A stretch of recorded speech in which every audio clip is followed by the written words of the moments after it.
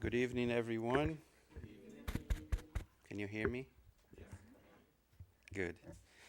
So today is the second Monday of the month, and here we are once again for our meeting in English that, as I just said, happens once a month, every second Monday of every month. And tonight we're going to have Lucas. He's going to be here talking to us right after me. And we're going to do an initial prayer, and then we're going to read a message from this book here, The Way, the Truth, and the Life, from Chico Xavier and Emmanuel. And right after that, I'll call him, and he will be with us for the remainder of the night. So let's do our initial prayer. If you want, you can close your eyes, and so we can focus a little bit more. And so we raise our thoughts to our God, to the one that created us, gives us life, gives us love, and also think of Jesus and say, Dear Jesus, our friend, our master, once again, here we are to talk and study a little bit more about your gospel, the gospel of love, the gospel of life.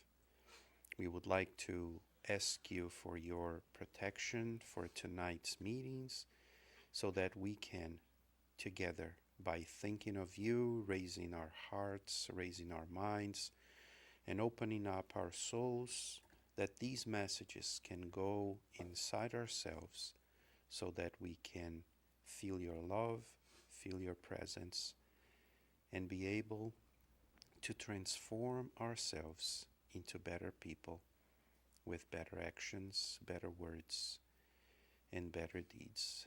So may your love be with us now and always. So be it.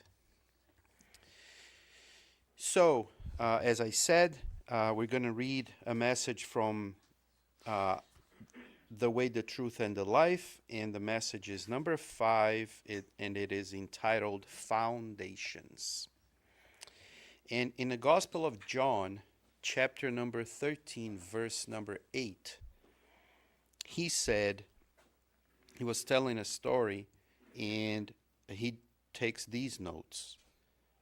Peter, which is one of the disciples, one of the apostles, he came from Capernaum.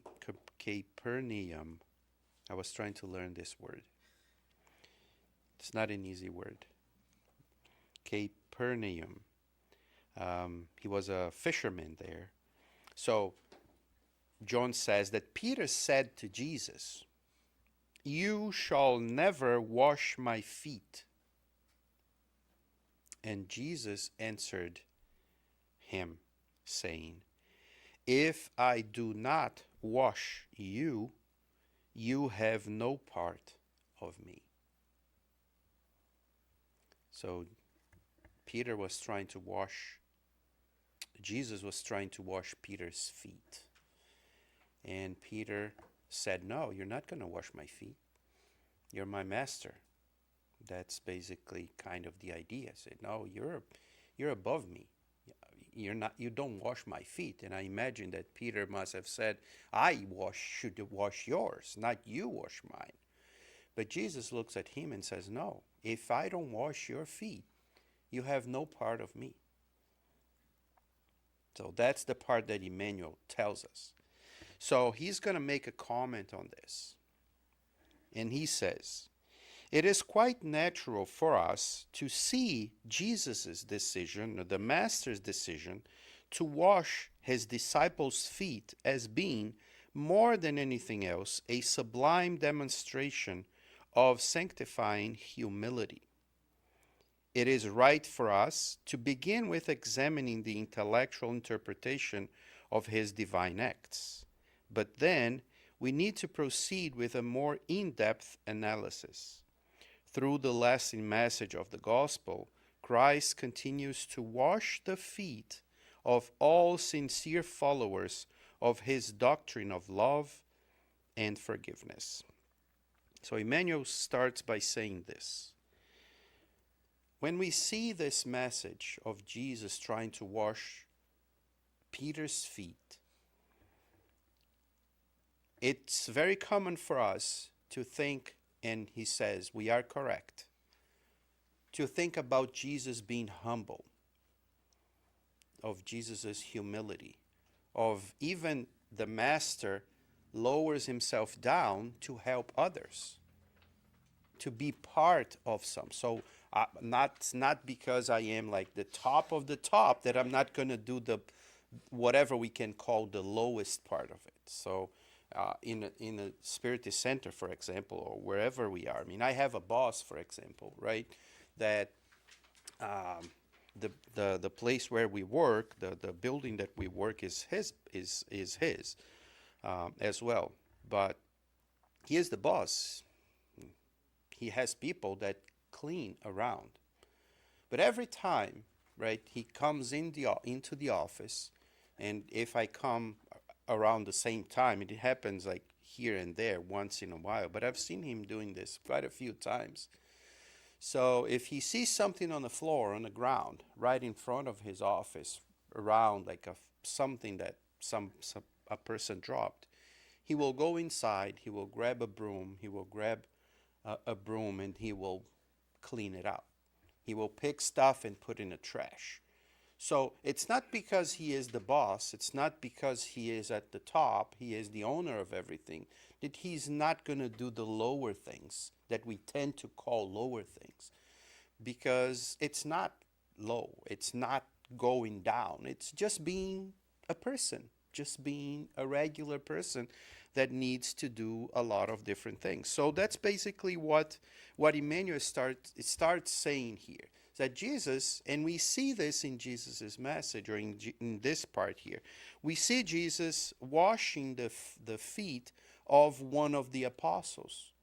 So it's a signal of being humble, of being treating others the way he wants everybody to treat each other, independently of being a king or of being a slave. You treat everybody at the same level. So that's what Emmanuel is saying, and he says that we tend to see this, and it's correct, and there's nothing wrong with seeing this. However, then he goes deeper. He says that we need to go deeper in this teaching. We cannot just see this. We can see more stuff into this. And then that's what he's going to say. He says, people are usually uninterested in all of their loftier obligations, and they often applaud crime and lack of conscience. But when they meet Jesus and his sublime teachings, they feel that they are treading on a new foundation, and that their fundamental concepts of life are now quite different. He provides lightness to their spiritual feet so they can progress in a different manner on the evolutionary path. Everything seems completely new, and they understand that if it were not for that marvelous intervention, they would not be able to partake in the banquet of the true life. Then, just like the apostle from Capernaum, they acquire new responsibilities on the path, and in their desire to live up to the divine expectation, they ask Jesus to wash not only their feet, but their hands and head also. This is a very small message in comparison to other messages from this same book. And what Emmanuel says at the end is this. He says, we see this passage as Jesus being humble and washing our feet, because that's what the message is about. Of course, he's washing Peter's feet, but Jesus is washing our feet. So we have to ask ourselves, why does Jesus want to wash Peter's feet? What is more than just being humble? And we can take Jesus' action as if he wants us to have cleaner feet to walk on the path that we are walking. Not just because he wants to lower himself down, but it's his love that's making us have cleaner feet so that we can tread lighter. We can walk with less weight under ourselves. So we can walk in a new path. Walk with cleaner feet on a new path. And then he says by the end of the message that once we realize this, once we get to a point where we can, when we start walking, it is as if we are walking and seeing different things and walking better, having a better way of doing. My wife, for example, right? She has a problem, not with dirty feet, but she has a problem with her nails, right? That her nails, when they grow like on the inside of her ingrown nails or something like that. I don't know the problem, but it's something like that. And then after a few days, when she doesn't do it, like every step she takes is heavier. Like it hurts, and it hurts more, and it hurts more and more. So if she doesn't take care of that, it starts to be so bothersome that she missteps all the time. It's really, really hurtful. So she has to go to a nail salon so that someone can treat her, and then it hurts when they are treating and everything. So I visualize this cleaning of our foot and of our feet as Jesus saying, okay, I know that the way you are, how hard it is. So my message makes your feet become better so that you can withstand the problems. You can withstand better where you were walking. Even if the path is rough, even if the path is heavy, even if the path is not proper, you can, my message, my love, the love that I'm giving you, my cleaning of your feet will help you walk and tread better. And how Emmanuel finishes the message is saying, once we realize this, once we realize that his message of washing our feet is to help us walk better, we will want Jesus not only to wash our feet, but also to wash our hands and to wash our head.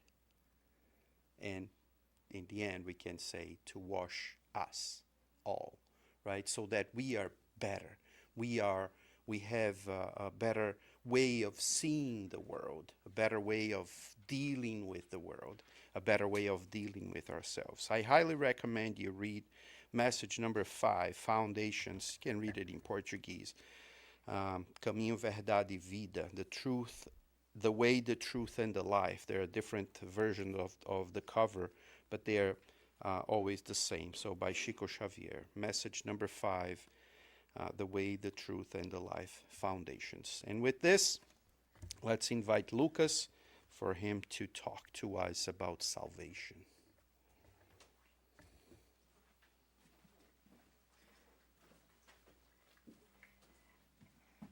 Good evening, everyone.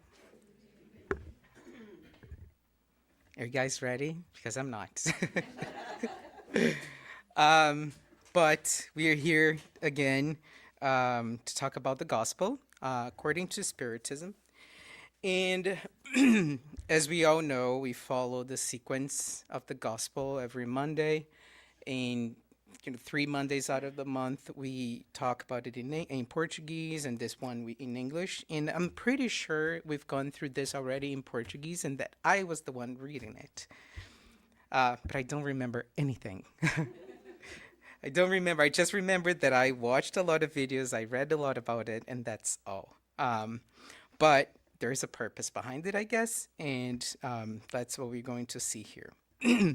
So we are going to talk about outside the church, there is no salvation.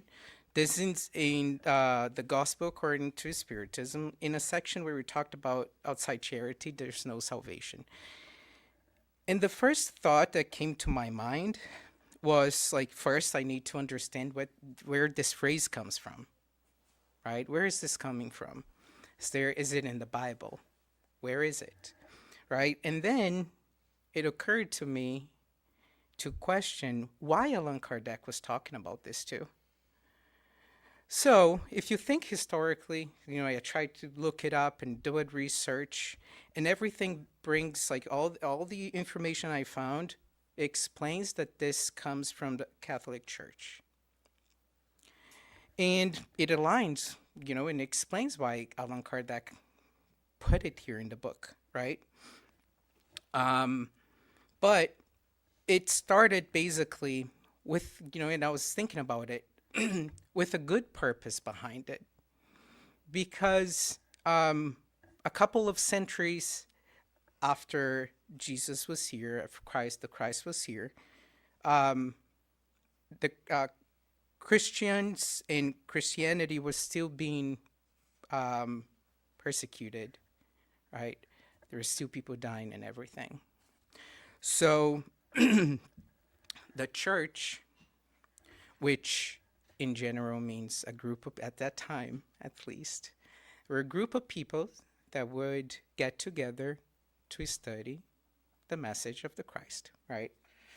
So it was like an assembly. It was not a place. We all know, and it's written in the gospel that they would meet at people's house, right? I think Peter's, maybe. Don't remember which one specifically, but they would meet in people's house to talk about the gospel, right? And that was the message of Jesus, always. Wherever there is one or more talking about the gospel, my name, I'll be there, and God will be there, right? So that was the real meaning of church, right? This gathering of people to talk about Jesus, his teachings. But as the Catholic Church and others, and the power started to transfer to emperors and people with power in general, they started shifting this from regular reunions to talk about Jesus. And they saw this as a way to hold power over people, right? So then, as part of the, there were these groups that were talking about this. They needed to be united, right? They were hiding still from others. So they saw this as an opportunity to gain more power, right? And implemented this idea that outside church, there is no salvation. Outside of what they were doing, the only way to be saved was through church. And at that time, there were still no churches, physical churches, as we know them now, right? And bringing it to this date, when we talk about church, the first thing that comes to everyone's mind is a beautiful building, right? A place, a physical place where people go to talk about Jesus, right? To pray. That's what church is.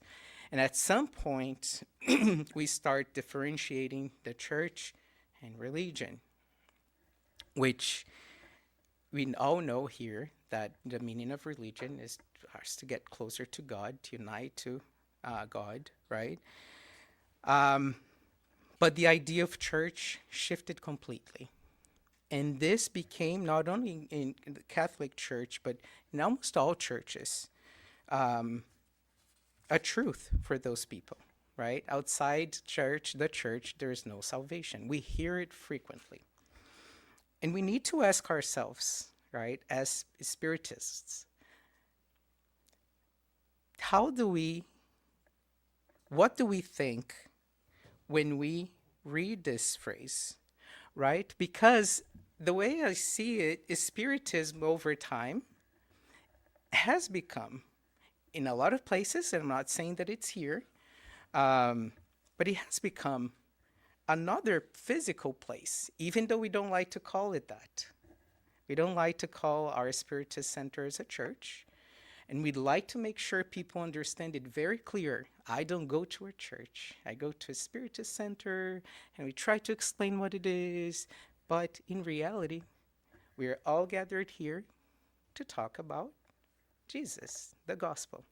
So if we go back, that's exactly what we're doing. We are in a church, right? But we Spiritists don't like to talk about it that way, right? And I think this is why Kardec brought the part of it, why he wanted us to put this here in the gospel, so we could really reflect about it, right?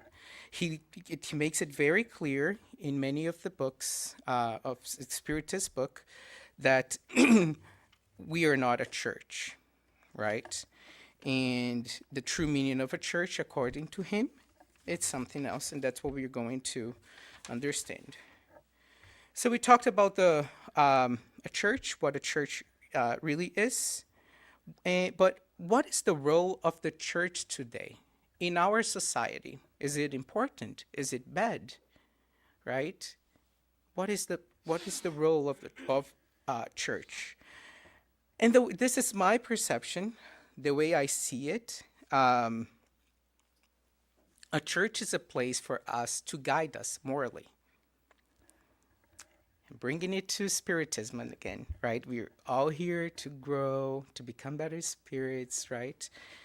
But in the state we are now, as spirits, we are not there yet. We still need the physical place to come. This physical place to remind us that God exists, that Jesus exists. Because even though we talk about the gospel at home, in the end of every meeting, right, we still have a hard time doing it. We still have a hard time saying a prayer, right? So what do? All of us, especially those who work here, we come here once, 2 times, 3 times a week to remind us, to remind ourselves that God is here, right? So the role of the church, in my opinion, is for us to remind ourselves of this. And it's okay. We still need that reminder. Some of us are still way ahead, are already way ahead, and they don't need this, right? Imagine Chico Xavier. He didn't really need to go to a Spiritist center to remind him that God exists in the present, right? But we do. We are so far behind still that we still do. And that's totally fine. So in my opinion, that is the role of a church, at least for us as Spiritists, right? It's not just a place for us to go and follow rules, right? It's a place for us to go and learn a little bit more and try to improve ourselves every time. But when this place, let's call it here the Spiritist Center, becomes a place for us to think of a way to save ourselves, to go straight to heaven, to skip the umbral, right? It's a big risk, right? Because that's not the real teaching. That's not the real purpose of it, right? So that's when religion comes in, right?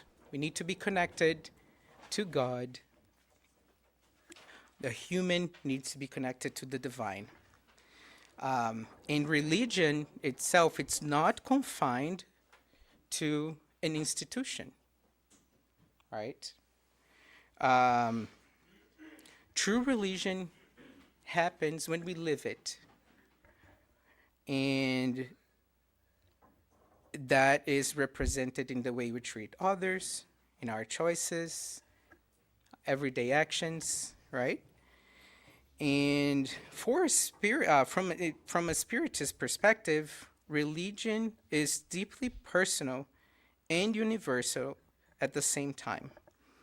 So it goes beyond labels and invites inner reform. That's why we're here. Spiritism talks about this all the time, right? So, Allan Kardec, in the Gospel According to Spiritism, he doesn't deny the importance of religious institutions when he talks about it. And before I forget, I think everyone should read this passage. It's really, really beautiful. Everyone, I'm pretty sure, like, if you haven't read this passage in the Gospel According to Spiritism, you should stop and read it. It's just so profound and full of teachings that when I read the title, I was like, okay, like, talk about this again? But as I read through it, it's just incredible. But yeah, Allan Kardec, he does not deny the value of religious institutions. He redirects the focus. So he changes the focus. He comes to remind us the real purpose of these institutions, right? He proposes that the essence of Christ's teachings are not in the belonging, but in practicing the moral law. Again, something that we come here, right, every day to learn more about being morally better. And Allan Kardec presents a universal criterion that applies to all humanity, regardless of belief. And we know, like, Spiritism talks about this. We are not the only religion, or, we are not the right one, right? The teachings that we have through Allan Kardec, through the spirits, right? They just show us what happens there and that other people don't want to talk about yet. Because at some point, as we know, this will become the reality for everyone, independent of the religion. So that's how Allan Kardec sees religious institutions. And for Jesus, how did Jesus understand this idea of church? And then we go back to when Jesus was here among us. Like, we see that he never built temples. He preached everywhere for anyone, right?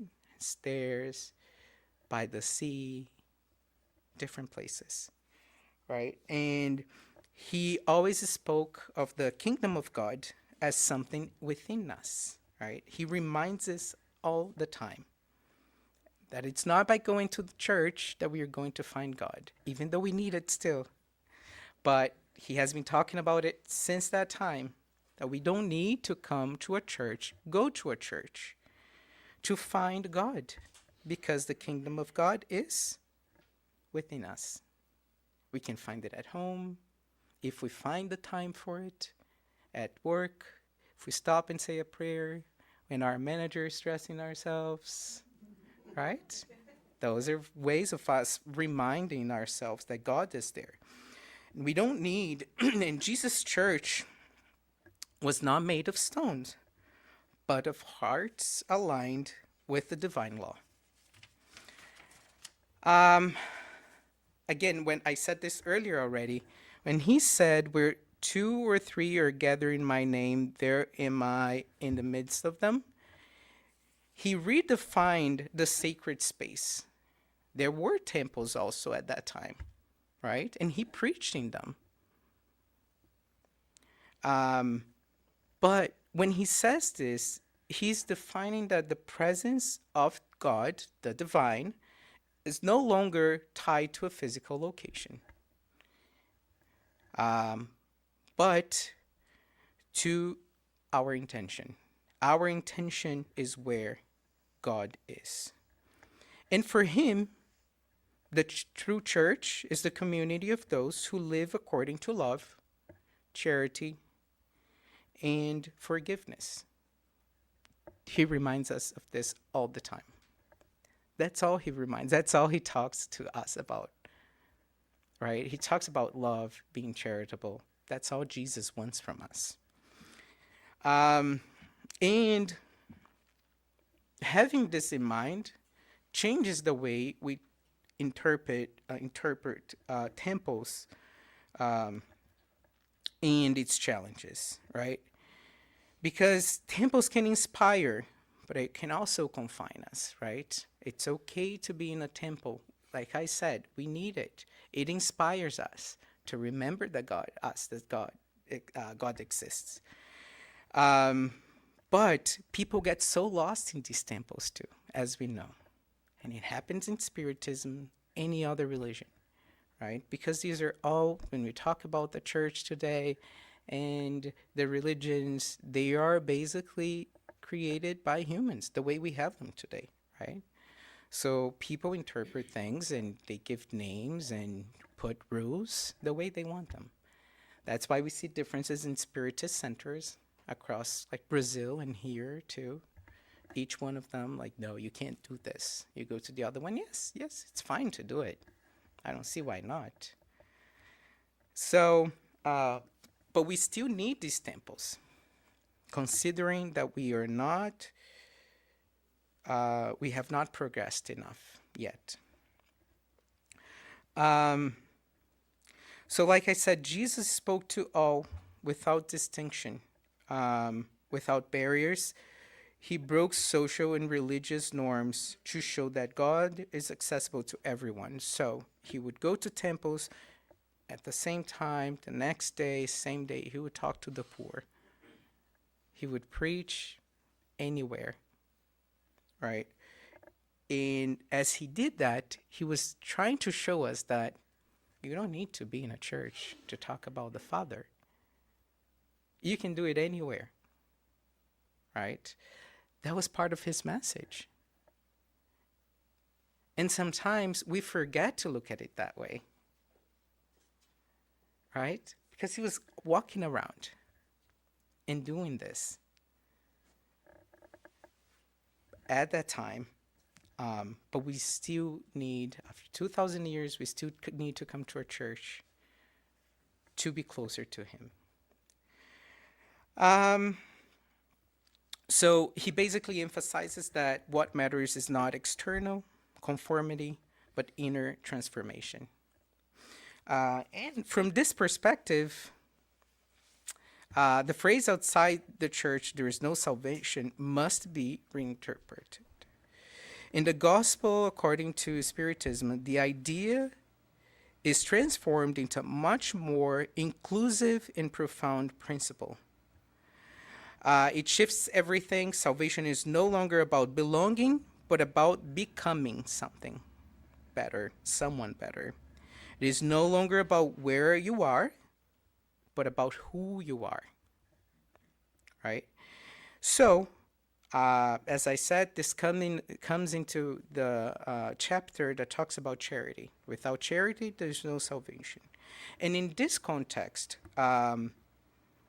it is not limited to material assistance, right? We are talking about charity not as like giving things to others, physical things, right? We are talking only about moral attitude. So including being good to all,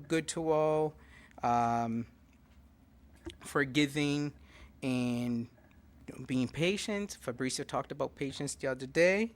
Empathetic, and a constant effort to become better through acts of love. Leon Denis, and I was like watching a video, and this guy was talking about right after Allan Kardec died, and Leon Denis was giving a speech somewhere, and someone questioned him about the church or his church. It's like, well, you're talking about this church, this religion. Where are your temples? So he was questioned like that. And I think And he emphasized that the religion, true religion, is not found in external practices, but in the moral elevation of the soul. Very profound. And Leon Denis saw religion as a path of inner growth, again, right? Guided by reason and illuminated by love. So for Leon Denis specifically, doctrines should never imprison thought, but rather expand our consciousness. And he believed that all sincere spiritual efforts, regardless of their form, contribute to the same ultimate goal, the evolution of the spirit. So everything that we try to do to improve ourselves, all efforts that we make to be more charitable, to love more, be more patient, they contribute to the same goal, which is the evolution of the spirit, right? He also talked about the danger, and this was very interesting, of rigid systems that claim absolute truth. We see this every day. Many religions saying that they're the only one. And some spiritists do this too, right?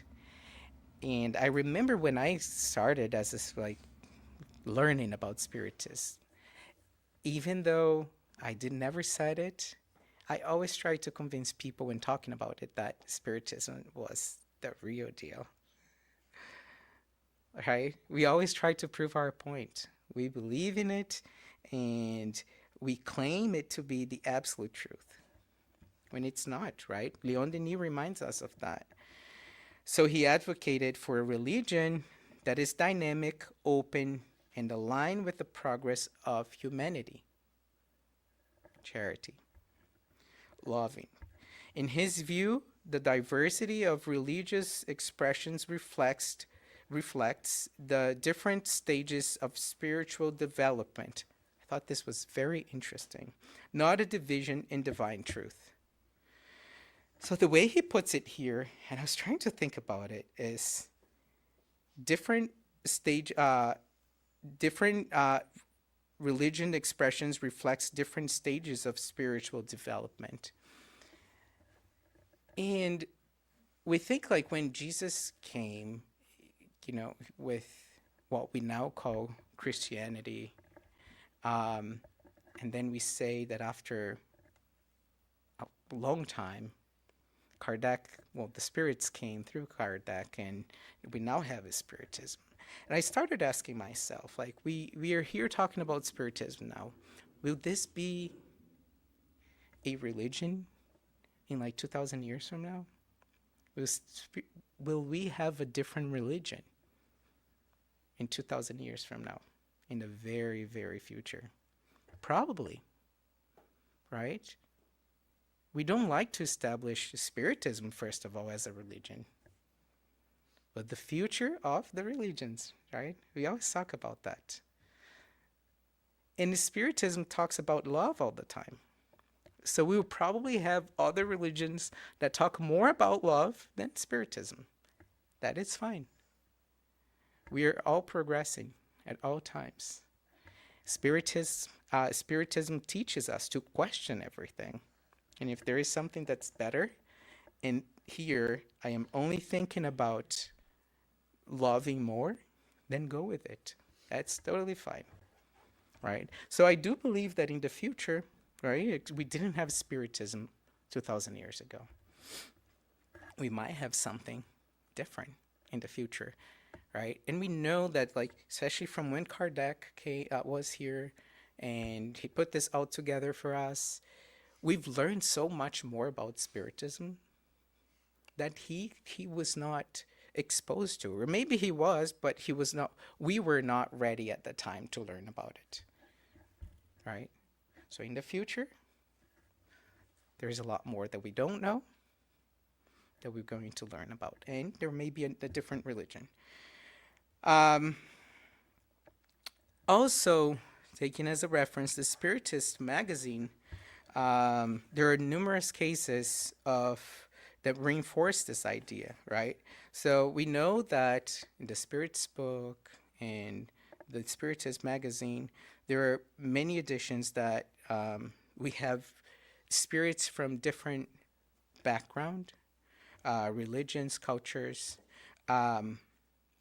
sending messages. They were not all spiritists, right? Spiritism started with Allan Kardec. And a lot of these messages talk about, demonstrate how our moral elevation through our actions will help us improve ourselves. Regardless of where these messages were coming from, many religions, the message was always the same, right?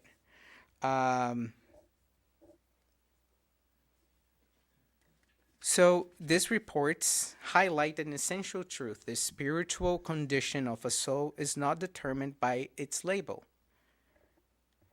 the label it carried in life, but by the virtues it cultivated. We all know that's like when we say that's everything I'm bringing with me, what I lived here, I'm not bringing in of my belongings. And that is true. Especially what we've learned, the moral that we've acquired here. There are also communication from spirits who, after death, express surprise at realizing that their rigid beliefs did not guarantee spiritual advancement. Some believed that they held exclusive truth only to discover that love and humility were the true measures of progress. And with this, I wanted to talk about something a message that we received here at the mediumship table, that it was very interesting because it was an older lady, a spirit. She presented herself as that she needed help. She wanted, she came here because she was looking for a priest.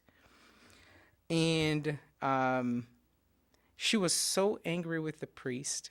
She was like, I have to go after him because I donated everything to the church. Everything.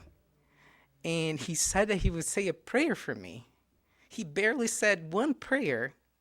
And I gave him all of my money. So she was fixated in finding the priest. She wanted revenge, basically. She was like, I gave him all my money.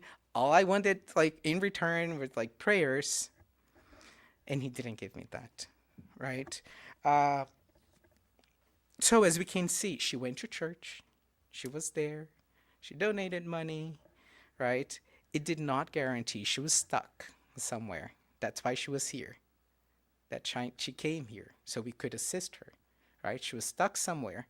Even though she went to church very frequently, this did not help her, did not guarantee a spiritual advancement, right? And it was interesting because as we talked to her, we learned that she used to lend money. How do you say agiota in English? Is that a word? Portuguese, right? I agree. So yeah, I'm just going to keep it at that for now. She would lend money to people with very high interest rates, and that's how she made her living, right? And she still thought she was right just because she was going to church. And as we're going through to almost the end of this talk, we should start asking ourselves, right? Am I guaranteeing my spiritual advancement just by coming to the Spiritist Center? That's a question we need to answer. Some of the spirits believed that they held exclusive truth, only to discover that love and humility were the true measures of progress. On the other hand, there are touching examples of individuals who lived simple lives, often outside formal religious structures, but who practiced goodness, compassion, and honesty. There is another example here that we talked about in last Thursday It is someone, I forgot his name. It was very close to Chico. And that I think he smelled like no one wanted him around. People would donate money to him or other things, give him food and everything just so he could go away very quickly, right? But there are words that he was, when he passed, he was received by a very high spirit. And in this day specifically, we're talking about, like, could we expect to be received when we pass by Jesus, for example? Is it possible or no? Why not? Right? If Jesus said that we can do what he did and much more, and then Spiritism comes and teaches us that the only thing that we don't have is the true, we are not willing to become better. We just need a little effort to become better. Right? So, again, it's an example of good spirits who are very humble, very simple, and did not care for religion, but at the same time, they practiced goodness, compassion, and honesty. And these spirits, we're still talking about the Spiritist magazine, they describe a peaceful transition and a sense of harmony in the spiritual world. So this reinforces a universal law. Divine justice is based on merit, not privilege. Right? God does not create exceptions. There is no favoritism. Each spirit is evaluated according to its own actions, intentions, and efforts. It aligns perfectly with the teachings of the Christ, who consistently emphasizes that each will be given according to their works. So when we go back and we revisit the initial message, like without church, there is no salvation, we are now able to understand what it actually means, right? Salvation cannot be restricted to a building.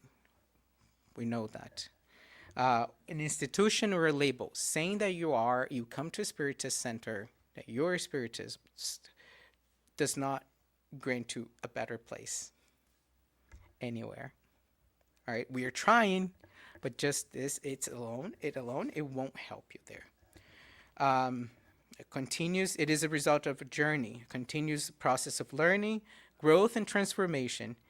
It is built through acts of kindness, forgiveness, through the efforts to become better each day. And the journey is individual, but at the same time interconnected. We all know we need each other. We can't do this alone. We have people around us, right? Because they're meant to be there. So we can learn how to be patient, how we can learn how to love more.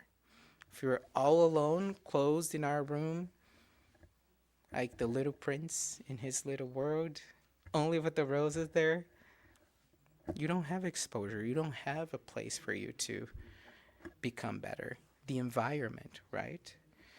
But each person needs to walk their own path. We're all guided by the same divine laws. So no matter what the religion is, your philosophy, culture, we all contribute in our own way to the spiritual education of the humanity. We are in this together. Okay? From a perspective, Spiritist perspective, there is no contradiction in this diversity. Instead, there is complementarity. Truth is not confined to a single expression. It unfolds progressively as human evolves. So the true church is wherever these values are lived. It exists in the silent prayer. Have you said a prayer today, other than here, when you woke up? In the helping hand, have you helped someone today? or over the weekend? Did you have the opportunity to and you ignored, or did you help a lot? In the moment of compassion, it exists in every heart that seeks sincerely to align with the teachings of Christ. It is invisible, yet real.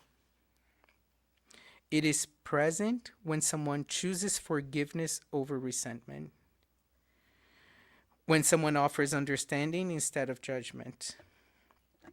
These are the moments where the true church manifests itself, when you're good to others, when you're trying to be better. And perhaps this is the greatest lesson. God does not ask us where we worship, but how we live our lives. Because in the end, salvation is not a place we enter, it is a state we build. Just to finish, as we all know, we are going to be briefly studying Nosso Lar very soon. And I've been trying to read the book, but I'm stuck right in the beginning because it is so profound. And I'm like, I need to do just a lecture about this. It's so like I can't get past like the introduction. Every time I read it over and over, I'm like, oh my God, I can't believe he's saying this. But anyways, there is a message there right in the end where where Emmanuel, he basically introduces André Luis. This is like the very first chapter. I'm telling you guys, you should read it. But he ends the introduction by saying that it is necessary to know how to use that existence worthy. The steps of a Christian, whatever his religious affirmation, should move truly towards Christ. Doesn't matter which religion you're in, it does not matter. Anything we do to move towards Christ, we're good. To this end, we have great need of Spiritism. It's a gift for us, having this religion or having Spiritism in our life. And the spiritualism, but most of all, is spirituality. We need to be better. We need to grow spiritually. That's the invitation from André Luis, from Emmanuel, from Kardec, from Leon Denis, from the spirits, from Jesus. And I hope we can all make this work, be better. Thank you.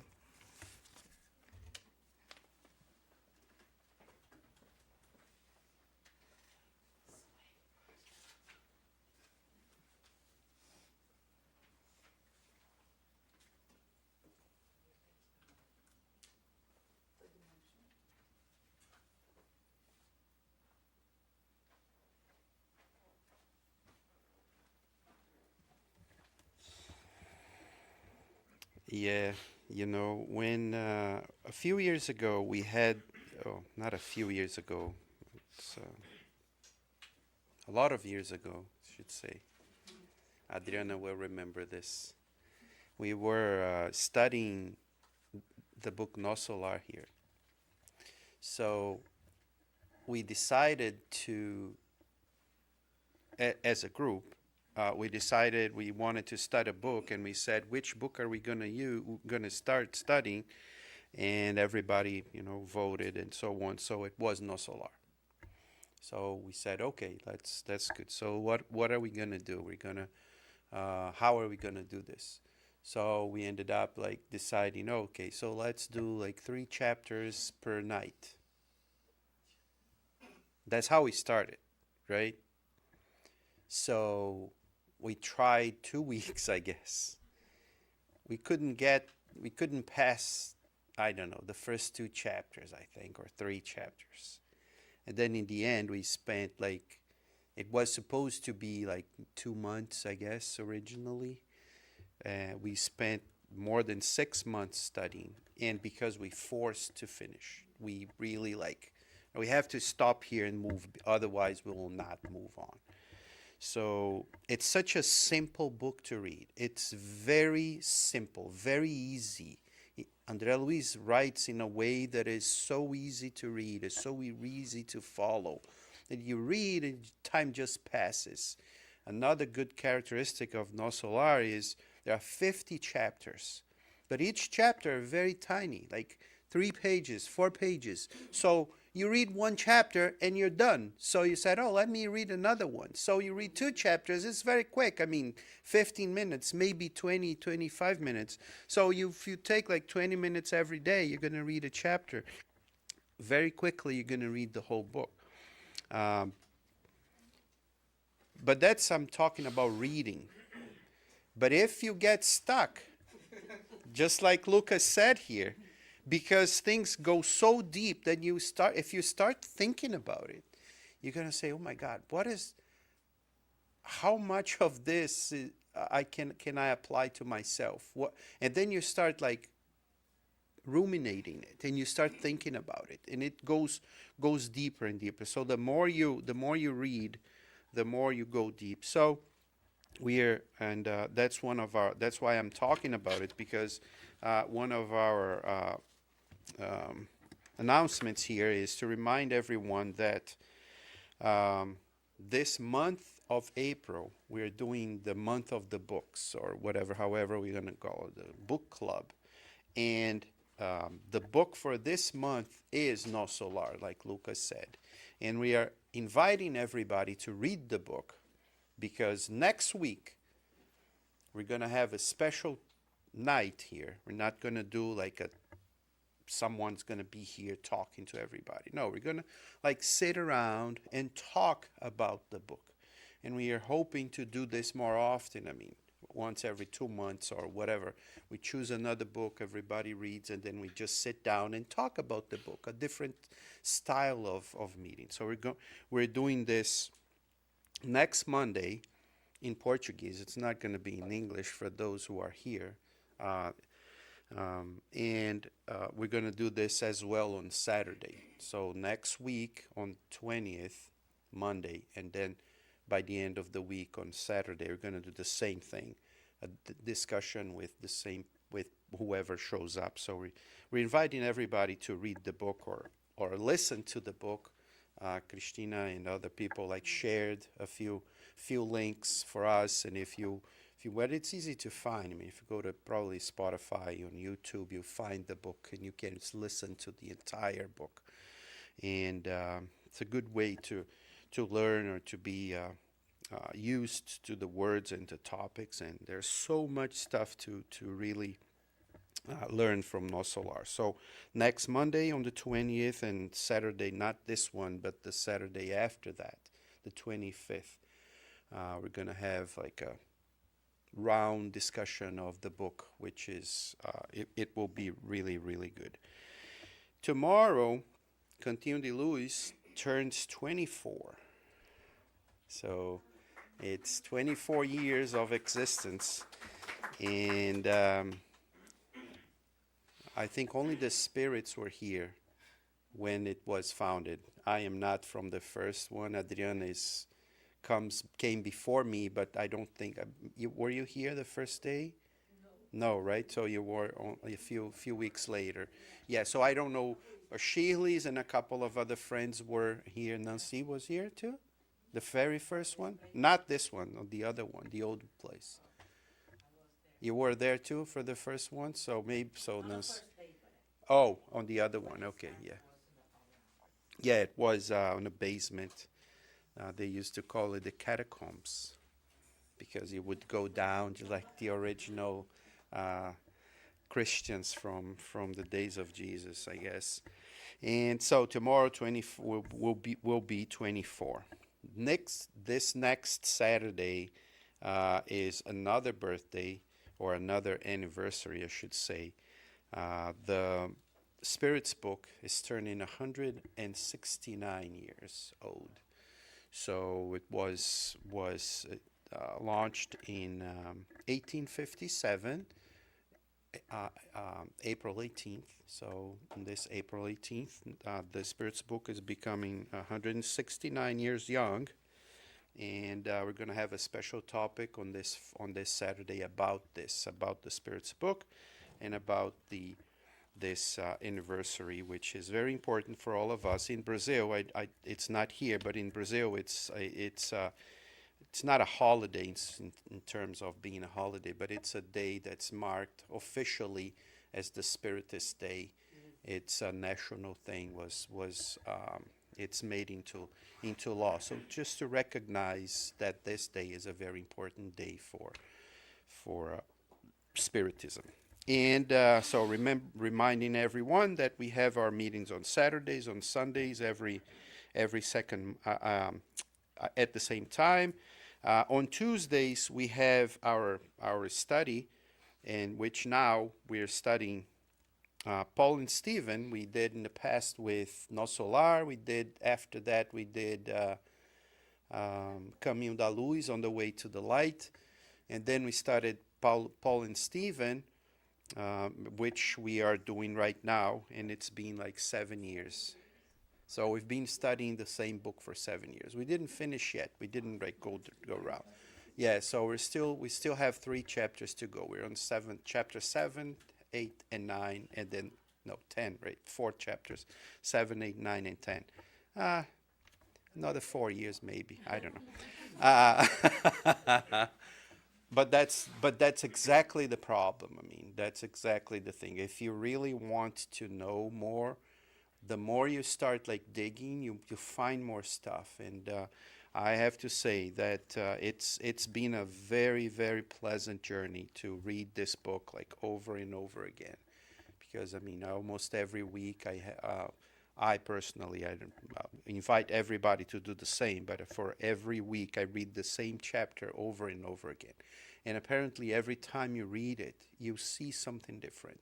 And in a meeting, another person comes and make a comment, and you say, oh, I didn't even see how she saw it or how he saw it. So Paul and Stephen is another of these wonderful books that have so much to offer, so much for us that are striving to be better people. And more importantly, like Lucas was saying here, I mean, we are here to work, and some of us are workers in this group, but it doesn't matter if it's in this group, wherever it is.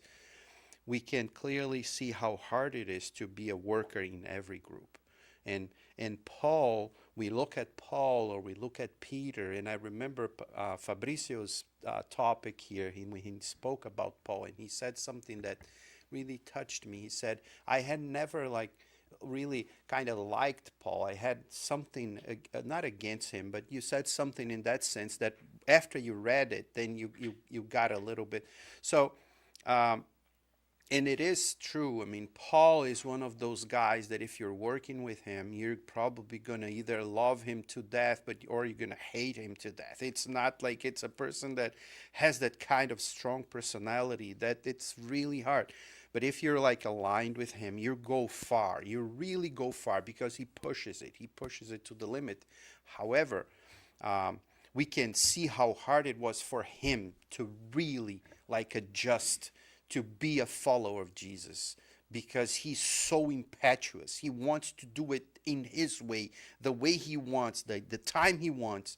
And for him to put his feet on the brakes and then slow down and just break and say, okay, so I have to concede this so that I can maybe work it out too. So, and that's a teaching, a deep teaching for us that are trying to work with other people, be it in our regular work, be it in the Spiritist Center, be it in our house, be anywhere, it doesn't matter. So this Paul and Stephen is a really, really strong book for us to read and to know more about ourselves, I guess. And the last notice we have here is to remind everybody about the gospel in the house, or some people like to call it God at home. It doesn't matter. It's that time where we sit down with our loved ones in our family once a week, 15 minutes, half an hour, whatever, get a book. The way, the truth, and the life, Palavras de Vida Eterna, or words of life eternal, the gospel according to Spiritism. It doesn't matter. Get a book that has a good message. we read together, we pray in the beginning, we pray at the end, put some water so that we can drink at the end, and then we invite the good spirits. We invite Jesus to be with us at that moment, to help us, focus, to help us bring this feeling that we have here when we are together, when we go to a church, when we go to, like Lucas was saying, when we go to a church, we go to a temple, we go to a Spiritist center, we feel that ambience, we feel that environment, we feel the love, we feel that something is there, different. So when we do our gospel at home, that's basically what we are trying to do, is we're trying to emulate that same type of feeling in the house, so that we can be calm or be calmer and learn a little bit more, inviting Jesus to our house too. And with that, we end our night here. Like to remind everyone that these meetings on Monday nights are being transmitted, streamed live on our website, on our YouTube page, on our Facebook page, but also at Kardec Radio's YouTube page, which has a lot of other people, a different group of people that can watch us. So I'd like to thank everyone, whoever it was, here online live, or maybe will watch us in the future. And you're welcome to, if you're not here, to go online, look for YouTube, look for Cantinho de Luz on YouTube or Kardec Radio, and you'll find lots of good stuff out there as well. And with this, let's do our final prayer, and we're going to have the passes at the end, right? And Nancy said that she was going to put some messages, but yeah, she ended up okay. Next month so we're going to have some messages around so people can read, and that's I just looked at you and I remembered. I'm sorry. So let's do our final prayer, just with the lightness of our hearts and the lightness of our feet, that hopefully we allow Jesus to wash our feet, to wash our hands, wash our heads, our entire body, so that we may receive and perceive His light and perceive and receive God's life within ourselves. In raising our thoughts and thinking about them, thinking about their love, we'd like to thank them for the opportunity once again of being alive, of being here, of breathing, of being able to have friends, to embrace, to be embraced, to love, to be loved, to have and receive the opportunity to choose the good path, to choose the good teachings, the good news that is the gospel of our Lord, of the one who created us, who gave and gives us life. Open-heartedly thankful for our life, for everything that we get, for our sadnesses, but also for our happiness. And may this love that we feel and share at this moment be spread all around the world, because at this moment there's nothing else that we need more in this world, is that we ourselves spread as much love as we can in our thoughts, in our words, but most importantly, in our actions towards every single person that crosses our path. So Jesus, help us do that, because this is our mission by becoming your disciples, because you told us that we will be recognized as your disciples if and when we love one another. So help us love one another, and help us get home safe and sound tonight. So be it. So thank you once again, and now the passes.